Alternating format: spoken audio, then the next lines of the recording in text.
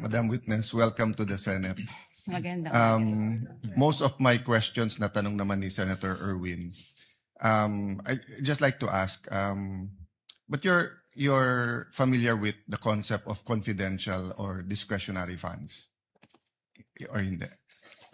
In government parlance. Wala po kang Okay. alam. No, kasi kung hindi ka familiar, whether that agency has 50 million discretionary funds, or let's say if you were the manager sa OP and they had, I don't know how much now, 10 billion, you won't find it unusual kung 500 million, 250, 1 billion. Kasi nga usual means parate, unusual means bakit ganito kalaki, no?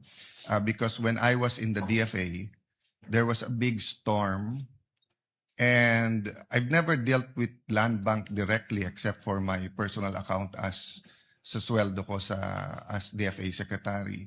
But the president asked us, what can each agency do? So my staff then, si Yusek Ariola, said, sir, maraming ma-stuck sa mga ports, airport at seaport. May isa tayong fund. Kung OFW sila, pwede tayong magbigay. So I think we had to withdraw 50 or 100 million. At sinabi ng branch manager, wala. And then it was a Friday. So I had to call the president of Land Bank and say, sir, basta stranded, hindi. And then they sent over 50 or 100 million. So my point is, just because it's unusual, it doesn't mean it's illegal or whatever. Tama po ba? Wala naman pong illegal doon sa encashment po. Because nga, may difference when it's a private account.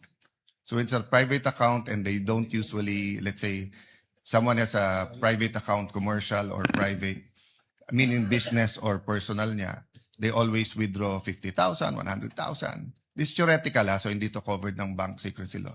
Suddenly, we withdraw ng 3 million, minsan nagtatanong, di ba? Dahil know your customer, di ba? Ganon din sa deposit. I'll just finish this line. Ganon din sa deposit, di ba? So, kung sweldo ko 30,000, every time nagde-deposit ako 30,000. Biglang magde-deposit ako 2 million, tatanungin ako, sir, saan galing to? Right? Correct. Pero pag government, as long as you're dealing with the people you identified with, so whether that's DPWH, whether that's DOTR, basta't everything's in order, magtataka ka lang pag sobrang laki ng amount, but then you'll release it. No? Kindly wind up. Yeah, Senator that's Judge all. Allen. Thank you. I was just clarifying that point. Thank you, Senator Judge Allen. Senator Judge